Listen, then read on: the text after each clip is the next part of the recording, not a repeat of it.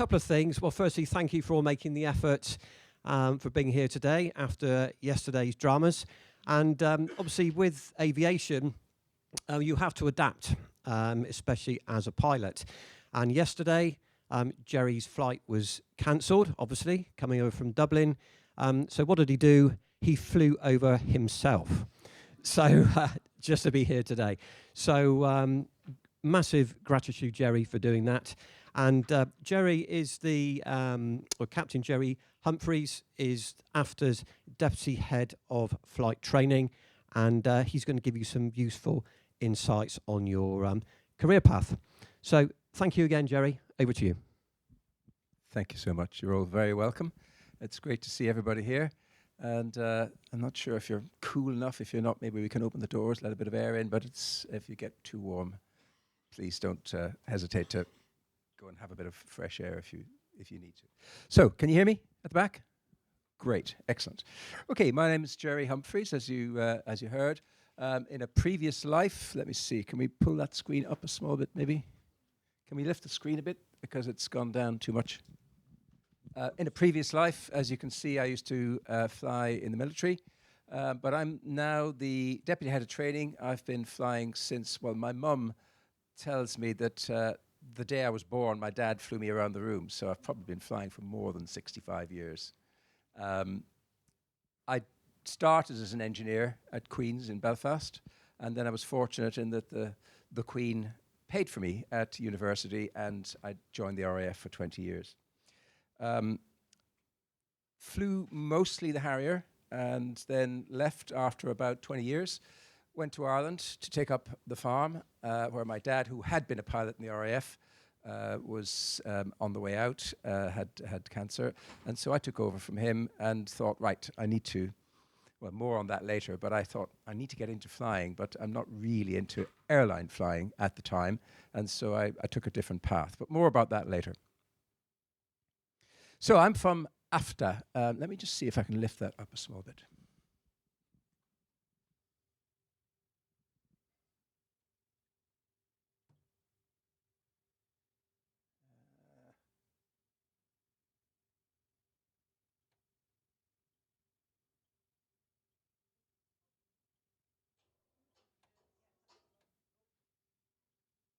God, it's all gone off. I hate when that happens. It was set up beautifully earlier on, and I left it alone. I messed up. I left it alone, and somebody came in and messed it up. Okay, let's just live with it where it is. Anyway, I am from Atlantic Flight Training Academy. We are a fairly large training organisation based in Cork in Southern Ireland. We'll talk for about 15 minutes or so about the background, what we have, as it says there, who we are, mostly a company run by pilots for pilots. We train people to fly. I'll give you a few insights and talk about career paths for pilots. So let's start off. We have our 30th birthday this year, and in fact we have a party this evening which I need to get back to, so I'll be leaving at lunchtime to get back for that. We are approved by the European Safety Organisation as well as the CAA, the UK Civil Aviation Organisation. We have about, at any one time, 60 to 70 instructors. We are busy at the moment, maybe a couple of hundred students, and they vary from, I'm not sure if you all understand the difference, but integrated would be a sort of intensive course that takes about 18 months. Modular is a sort of DIY, choose as you go. And we also get a lot of conversion people who are converting from foreign licenses from all over the world.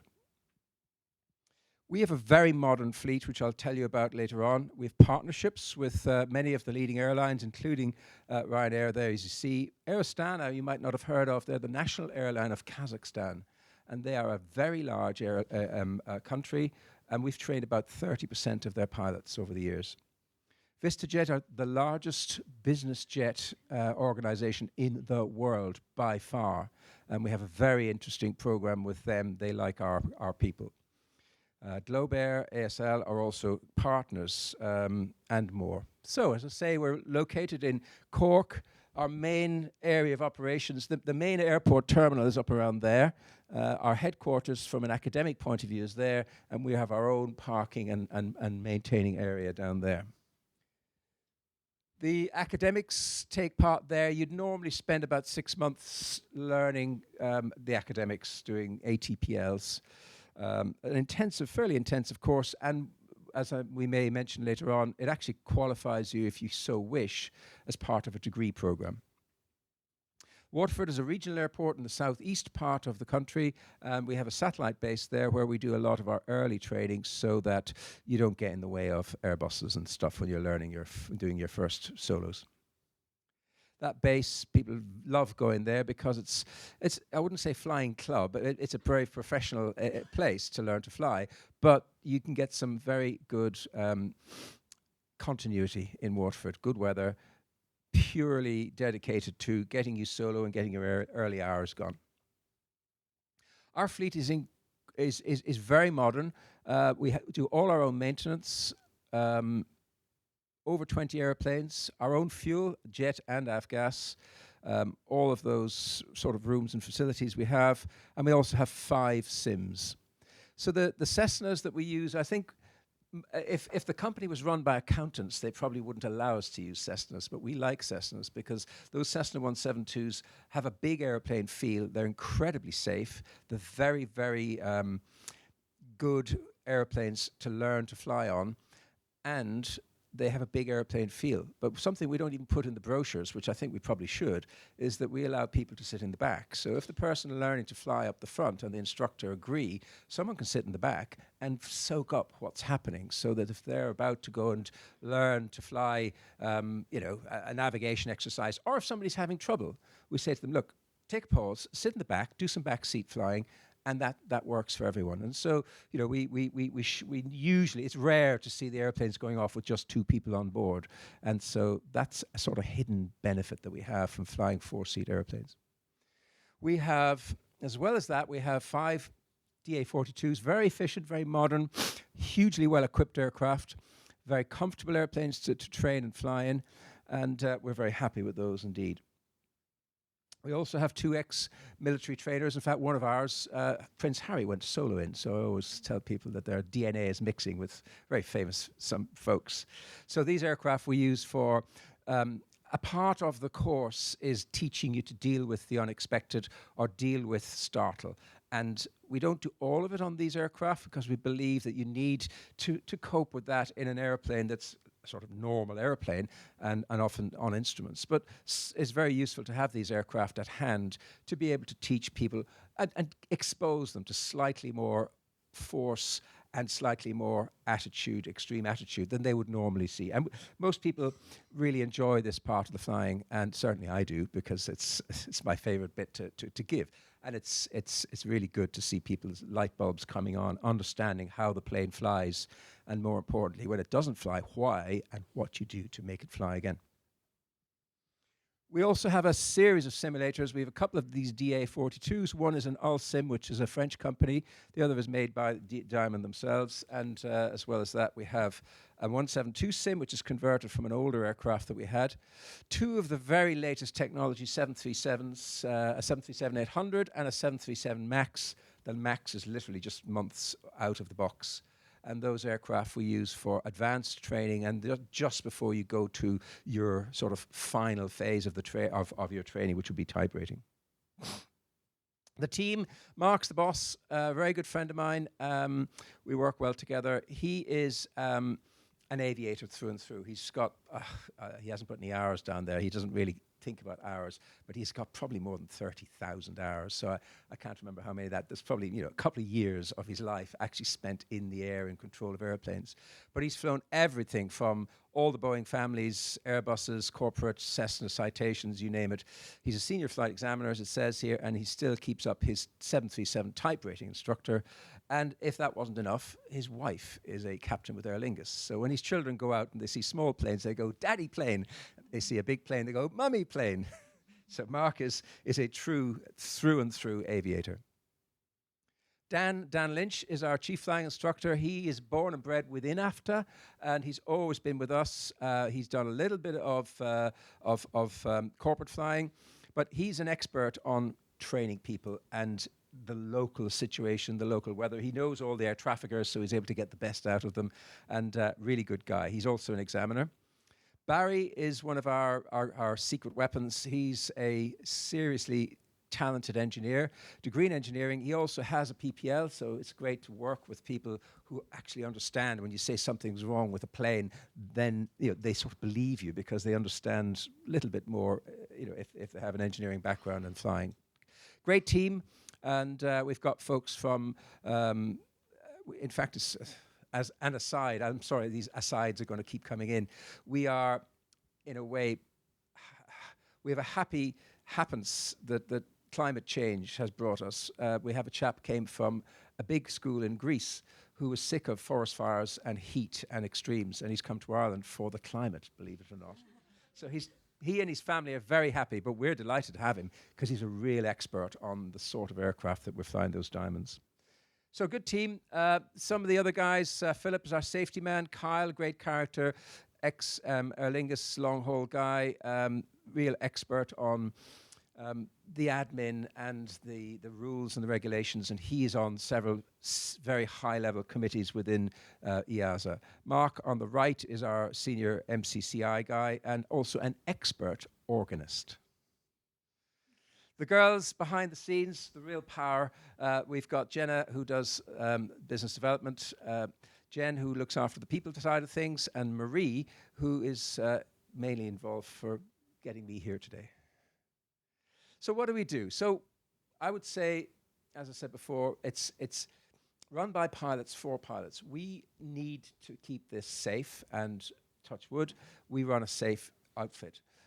We also need it to be reliable, so you as the customer need to know when you're going to start, how much it's going to cost, and when you're going to finish, and if or not you're going to get a job at the end of it. So that's what we aim to do. We do everything. So within the organization, as it says, we have complete oversight. Modern aircraft, great instructors. The interesting thing is we've got guys who get jobs with airlines or business jets, and when they time off, they come back and they fly with us. I always think that's fantastic. They don't actually want to take time off. They come back and they instruct with us, which is great. Real weather training is something everybody seems to think, oh, what, the weather is terrible, I won't finish on time. Yes, the weather can be poor at times, but all of our aircraft and all of our instructors have instrument ratings and are qualified to fly in poor weather. And so we would say that, well, for example, I think there's a highlight later on, Ryanair tell us that our graduates take 20% less time to finish, in other words, to get line checked, than any other school. And I believe it's because we fly in real weather. You know, I remember going off on a test with a guy one day who'd come to us as a modular guy. He'd done all of his training in Florida, and he had one flight with us in a sim. And as we went down the runway, he said, "Ooh, this might be my first time in cloud." I thought, wow, this is going to be interesting. And the poor guy didn't have, he was so far behind the airplane that, it wasn't going to work. So, we fly in real weather, real icing conditions. All of our aircraft are equipped for icing, the DA-42s, that is. And, our people are well used to flying in crosswinds. One of the other things that we do, which probably is a trade secret, so you shouldn't be telling other schools about this, but we will take people to solo before we send them into ATPLs. And we believe that when you go ATPL, you're learning theory at a fairly deep level. We find that it's much better to be able to relate that to something real. So if you've been solo and you've got 20 or 30 odd hours, then we find that the results are much better. And so people have it's easier to absorb the knowledge. We also look after our people. If one isn't on a Ryanair integrated course or one of those future flyer programs, we will always look after our people. So, for example, last week we had a call from a well-known airline saying, "We are desperate. Have you got people? Can you send us 6?" So we'd send them 6, and they all got jobs. So the industry is always behind the curve. Airlines at the moment are finding that, when the C word happened and pilots who were sort of 10 years or 5 to 10 years coming up to retirement thought, "I've had enough of this, I'm retiring." So there's a massive gap in the market at the moment. And as a result, the accountants look about a week ahead. We have to look 5 years ahead. And that's happening at the moment. So our partners, lots of them. Ryanair is a big partner, but everybody knows what Ryanair is about. It's about pushing prices down. It's about getting flying to everybody. Whatever anybody says about the seat height or whatever, Ryanair have a very impressive setup. They have hundreds and hundreds of airplanes and multiple hundreds of crew, which are highly trained. Their training department is the best in the world. And so we're very proud to be part of their training setup, and our SOPs and our the way we do things are biased towards this, because they are actually among the best in the world at flying people safely in high volumes, in poor weather, short haul. So one of the things we have, this is taken literally a couple of days ago. Their recruiting guys probably looks younger than most of the kids, but that's all of our Ryanair people that were actually on site at the time doing ATPL. So see, there's plenty of them, and they're expecting, I think, 100 odd new airplanes in the next couple of years. So they are recruiting big time. So those are some numbers which are interesting for people living and working in the UK. Have the right to work and live in the UK, and if Ryanair, if you agree to be based in the UK, then, for example, the ab initio thing is that number there, and that includes a type rating on a 737, and that is a good deal. Gateway 1, again, we have brochures, and there's a thing you can scan at the site, which will give you all the documents. But Gateway 1 means you do your PPL, you have all your ATPL exams, and you have 170 hours, of which I think 100 has to be P1, but don't hold me to that. That's about a 6-month course, and that, including a type rating, is £37,000. That is a good deal. Okay. And then Gateway 2, which they're trying to phase out a bit, but that's costing you about £7,000, and a sponsored type rating at about 4 and a bit. So those are the numbers. We also do UK CAA ground school. And so if you needed to, or particularly wanted to do a dual EASA CAA license, that's not a problem. We'd get CAA examiners in, and you would do your test. So you get 2 licenses issued, but you must do both ground schools. But we are allowed to do the academics and the exams. This is then the EU-based Future Flyer Academy, and you can see that the numbers are about 10 to 15,000 more, because Ryanair have agreed to sponsor the 737 type rating if you're going to be based in the UK. I guess that's all market forces, isn't it? We also have a close partnership of a mentored scheme where somebody, by the way, those schemes mean you come in, you do interviews, you do assessments before you start the course, and that means you're guaranteed an assessment at the end with Ryanair. And our success rate with assessments for Ryanair are in the high 90s, I think 97, 98, Richard, somewhere around there? Yeah, something like that. I'm being monitored here by our numbers expert at the back. He'll give me a dirty look if I say something that's wrong. We also have a partnership with VistaJet. Now, this is something that's very interesting, I think. And if I was doing everything again, I wouldn't change anything, of course. But if I had to change something, this might tempt me, because this is something where you come along to us, you become an instructor at the end of the course, and you fly maybe 1,000 hours at AFTA. And that might take you a couple of years, 2 or 3 years. At the end of that, you go to Vista, and they pay for a type rating on an exotic jet, a Challenger or a Falcon or whatever it is. And those guys, we've already had 2 or 3 go through that, and they're the guys that are always on their days off. They'll come back and they'll fly with us. So that's a very interesting program. And if you haven't heard of VistaJet, they are the single largest operator of private business jets in the world. They are enormous. And they're always looking for talented pilots. We also have a partnership with Globair, who are sort of like a different type of, their model is short-range travel within Europe. And they also want people similar to the Vista setup. And they'll pay for type ratings. We've trained, at the moment, we have about 15 or 20 people from Air Astana. Turkish and Pegasus. Pegasus is sort of like a Ryanair equivalent from Turkey. We've trained them in the past. Political situation at the moment isn't good, so we still have agreements in place, but we're waiting for things to change politically. What do we do?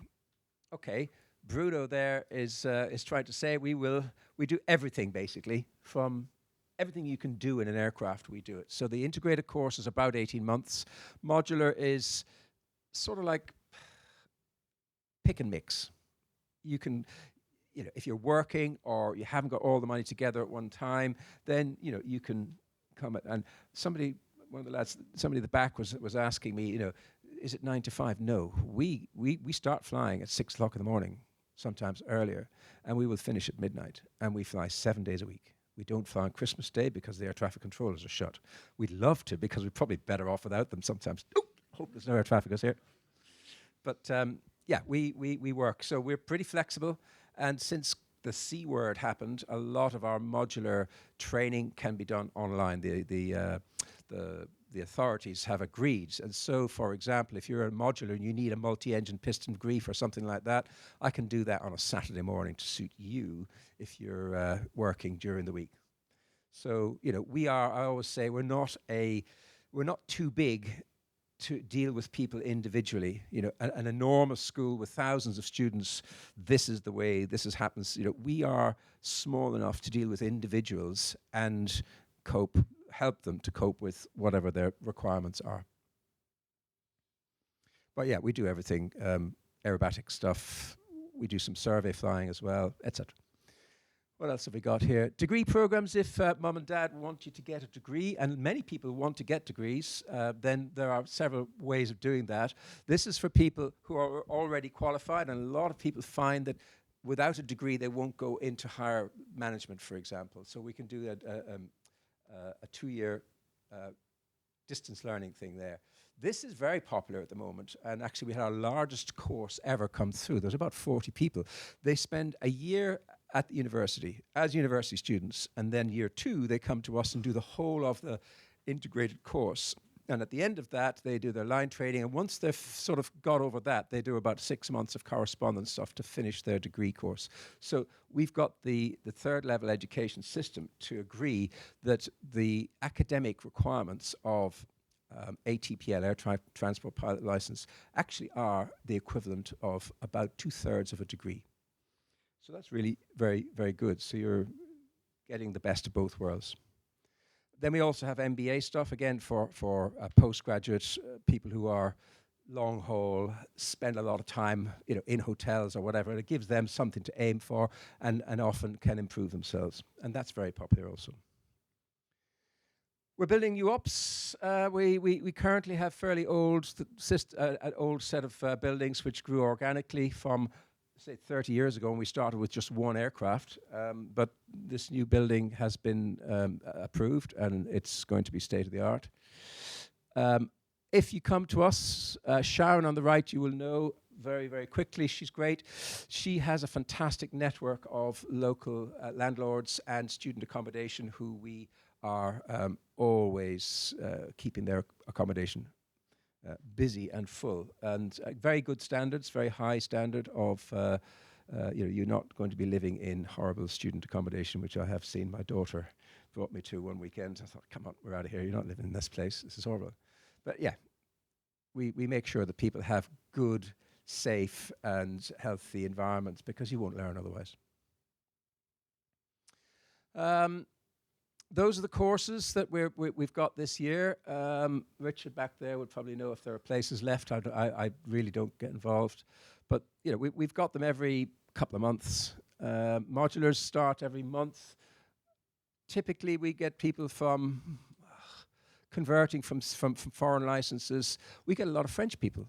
I think there's a word of mouth. We haven't done any marketing in France, but we've got usually about a dozen or 15 French students coming doing modular stuff with us. There seems to be a word of mouth thing going. But that's great. I guess also we're the only English-speaking country left in EASA, so they something that everybody here, remember, you have a huge advantage. English is your first language. And so, imagine having to do all this stuff in French or German or another language that isn't your first language. This is a big deal, yeah? And so be glad that your first language is the language of aviation. Twice a month we do the APS MCC. For anybody who doesn't know what that means, Airline Pilot Standard, multi-crew cooperation. We teach people in single-pilot airplanes, you need to be able to work with another person so that 1 + 1 = more than 2, I guess you could put it that way. And this Airline Pilot Standard means that we're training you above the minimum. We're training you so that you are more or less guaranteed to pass the most stringent selection procedure in the world, which is the Ryanair selection procedure. And our selection success rate there is 98. Before APS MCC, which we sort of invented with Ryanair, the success rate was 50s. About half the people that went to be assessed to start flying, who were, let's face it, you're taking somebody with 180 hours and you're putting them in the right-hand seat of an airplane with 200 odd people down the back. It's a huge responsibility. So that person has to be properly trained, has to be competent, and has to be relied on. Yeah. So we're very proud of that particular course. The assessment process, if you come to us, we do an online system, we have an interview and a sim check. We also make sure that everybody comes to us before they do any of this would have a class 1 medical, because there's nothing worse than doing all this stuff and then finding out that you've got an issue that you can't, that things can't go ahead with, or you need to have sorted. So we make sure that that happens beforehand. Cork's a lovely place to live. It's a university town. It's Ireland's second largest town. It's the second largest natural harbour in the world. Titanic's last landing place, Cove, just down the road here. If you're into sailing or water sports, it is a mecca for that sort of thing. It's not that expensive. Everything's expensive these days, but lower than Dublin. Really good quality of life, lots of nice places to go. It's very easy to get to and from as well. So, there's an international airport. Obviously, the road system's very good. It's 2 and a bit hours to Dublin by road now. And so, yeah, it's a nice part of the world. So to finish off our core values, really, quality is our watchword.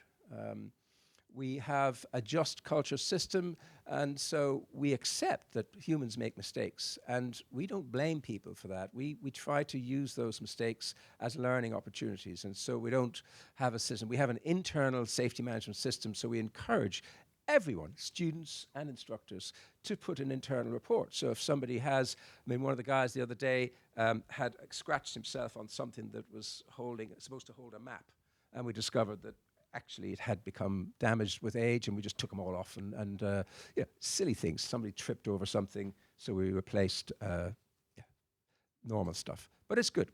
And that's something that happens in the airline industry, and I think that's something that we have to bring on and get people into, if you like, from an early stage. That whole 20% less business is something I mentioned earlier on. We are very keen to support women in aviation. We have female instructors. We have still not enough female students. So yes, you can do it. Yeah, and I'm glad to see a good balance of females in the room. So yeah, there's absolutely no reason why a female cannot fly an airplane as well as a man. It is agnostic. Yeah, it's nothing to do with gender. It's if you want to do it, and you have the qualities of resilience, which I know you do, then you can do it. We are heavily involved in some local charities. One which is great fun. It's the Irish Historic Flight, keeping old airplanes airborne. Not really much about me. I probably should have done that at the beginning. As you said, in the RAF, I flew to some fairly exotic places. That was a bit of fun. Like most Harrier pilots, I had to jump out at one stage or other. Most of us did. About 1 in 3 did at some stage. Fortunately, 24 hours after it happened, I found out it wasn't my fault. You always assume it was your fault. And nobody was hurt, which was great. And that's it. So then, having left the RAF, I went for a field of dreams. I live on a farm, and I put in a little airstrip, knocked a couple of hedges, and that was your field of dreams. There's a baseball movie, which if you build it, they will come. That's my field of dreams. And then there's a site. I sold that house up there. I got 30 grand for and bought a kit. And that took me 5 years to build. It's kept me out of trouble for 5 years. I always say it's been getting me into trouble for the last 25 years. But anyway, my son and I built it together, and Harry went through the system at AFTA. He was a modular student, went to Norwegian, then went to Ryanair, and now he's an Airbus pilot with Aer Lingus. And I can blame him now. If somebody has low-flying complaints, usually I say, oh, that must have been my son. Definitely wasn't me. Yeah, bit of fun. So, yeah, I specialize, probably, if I was to say, specializing anything in UPRT, which is the Advanced Upset Prevention Recovery Training, but also do all of the other stuff that is required. Little video. Gerry, what's it feel like to take off and fly? It's wonderful. That moment just, yep, we're off. We're in control of our own destiny now. AFTA was founded in 1995. We started the business with one aircraft doing advanced flight training. Within a few years, we decided that we'd expand and provide the full kind of zero to hero experience for people. And that's what we do. We start people in AFTA with zero flying experience. They come through the doors here, and literally in a year and a half, and sometimes even less, these guys and girls are pointed towards sitting in the front right-hand seat of a jet. I think that's astounding. It's a fast course, it's an intensive course. The hostile weather environment in Cork. It is challenging here for flight training, but it is probably the right place to train if you want to be a pilot. The cadets from AFTA are made of really tough stuff. They're ready for absolutely anything. There's a lot we can do in the simulator that we wouldn't want to do in the air, such as shut an engine down, and they get to try it over and over again until it's second nature to them. Our students come from all across the world. We've got 60 or 70 instructors employed here. We've got a couple of hundred students at a time. It's hugely important to Cork's economy. We have had 2,800 people pass through our courses. The ripple effect of having people here in Cork, that's a significant boost. We're happy to bring people from all over the world to train here at AFTA. With nearly 30 years in the industry now. We like to think that after we're up there with the best in the world. AFTA has a lot to give and has a great future, for sure. Great, thank you very much for your time. And if you have any questions, I'd be delighted to attempt to answer them.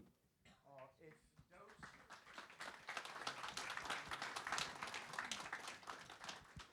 And as I say, if you don't, please come by and see us at the booth. We're on the back left-hand side. You can scan the QR code back there and download all the brochures and prices. But yeah, thank you very much.